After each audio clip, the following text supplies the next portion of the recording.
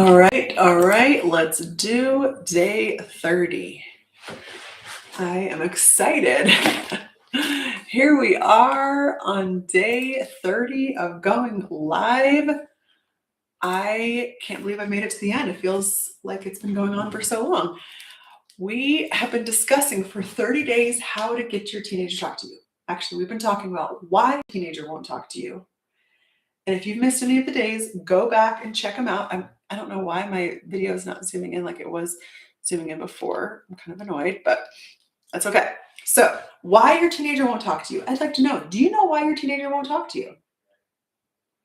Most moms come to me and say, I don't know why they won't talk to me. So, I created this 30-day series to help you better understand why your teenager won't talk to you. And once you know why, then you can do something about it. Hello. I'll come talk to you in a minute. I'm on a live. Have fun. Yes, it'll just be a couple minutes. So if you don't know why, come back and check one of these days in the 30-day series, because that's going to tell you why. Do you know why? Why won't your teenager talk to you? Put it in the chat. Let me know. Sometimes it's a teenager thing. I explained that. Sometimes it's a mom thing. Sometimes it's the pattern that you are stuck in. What I want you to know is that there are many patterns that you get stuck in. I'm going to share today on day 30, the last one that we're talking about, because if you don't know why, you can't assess the how. I teach the how in a workshop, lab.kristenduke.com. I'm not teaching it until June 1st. So if you feel like, okay, I need to jump in, I'm ready to do this before June 1st, send me a message. It's also linked in my bio. I teach at a workshop quarterly about the why. If you want to better understand, the how. I'm sorry, I'm getting all mixed up. I got distracted by somebody walking in the door. So check back this 30-day series. Sometimes the why your teen won't talk to you is because of some words that you use, of some of your response. Sometimes you're a fix-it mom. These are all patterns that you are stuck in, and we work on breaking those patterns and creating new patterns. That is what I want for you, because I want your teenager to talk to you. I want you to share. They're happy, they're sad, they're angry, they're mad. Things in life. You just want to know what's going on. And oftentimes it's the pattern that you're stuck in that might prevent them from wanting to share what's going on. I've messed up as well. I share a lot in the Trusted Method over in the private space where I talk a lot about my own mess ups. I don't share them publicly because of my children. Their stories don't need to be shared in a public space. And I want you to be able to learn from my mistakes. So why won't your teen talk to you? Here's day number 30. Because you are an interrogator, I'm putting on my detective hat, they feel like they're being interrogated. I get it. You just want to hear about their day. You ask something generic, like, how was your day?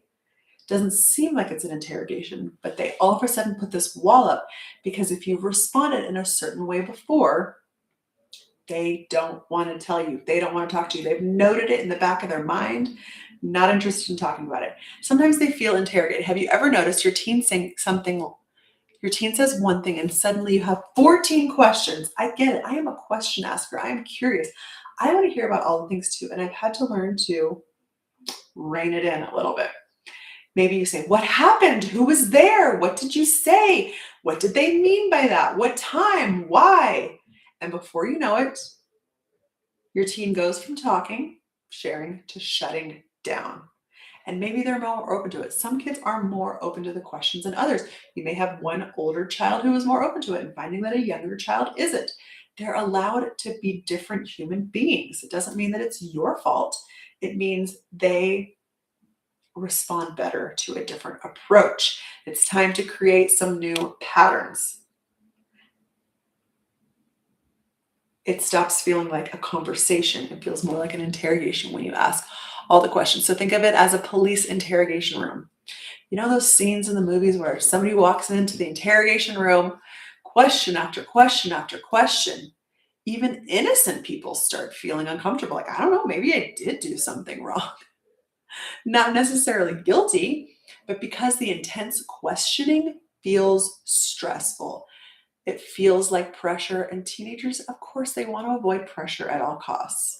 And so think about how can you lessen the pressure that they feel in that experience?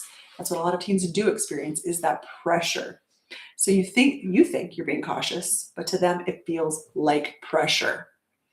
I remember mom telling me one time that her teen came home and casually mentioned something that happened with friends and immediately, like a fight or a disagreement with friends, mom kicks in.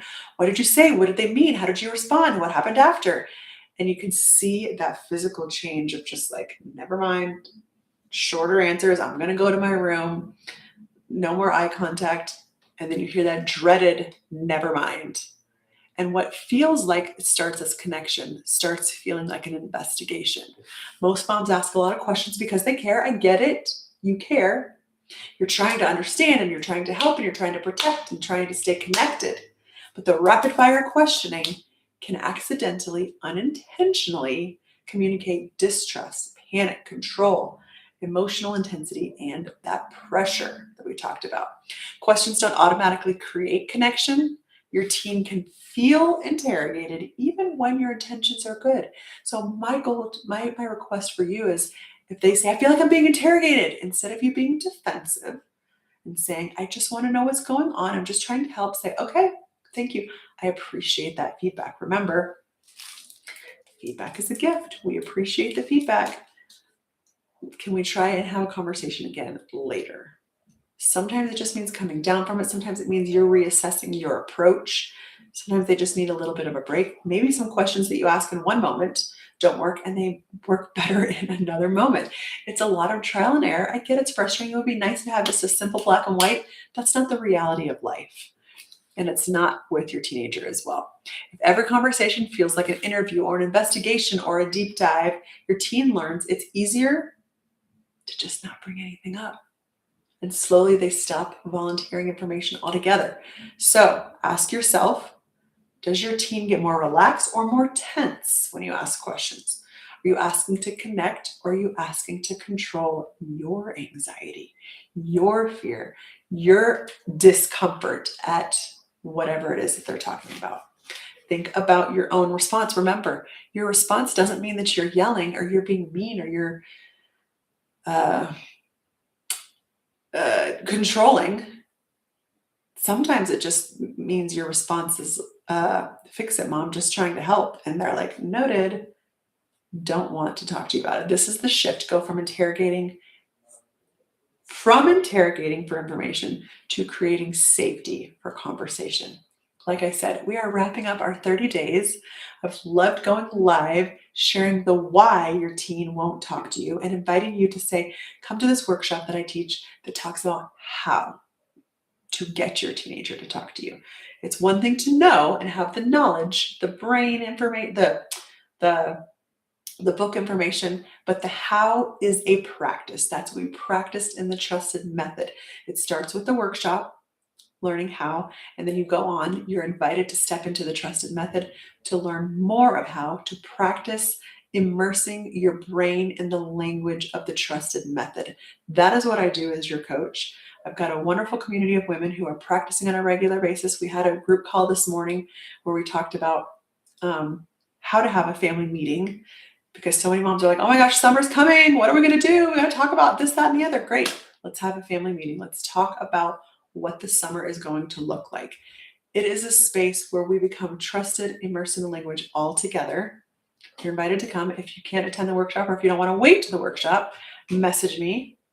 We can have a one-on-one conversation. You can step into the trusted method even earlier. Have a good day. Thanks for joining us on this series. Yes. You rang. Yeah. Yeah. Trying to find. I was going to steal your phone. Isn't that interesting? Because it was sent a verification code.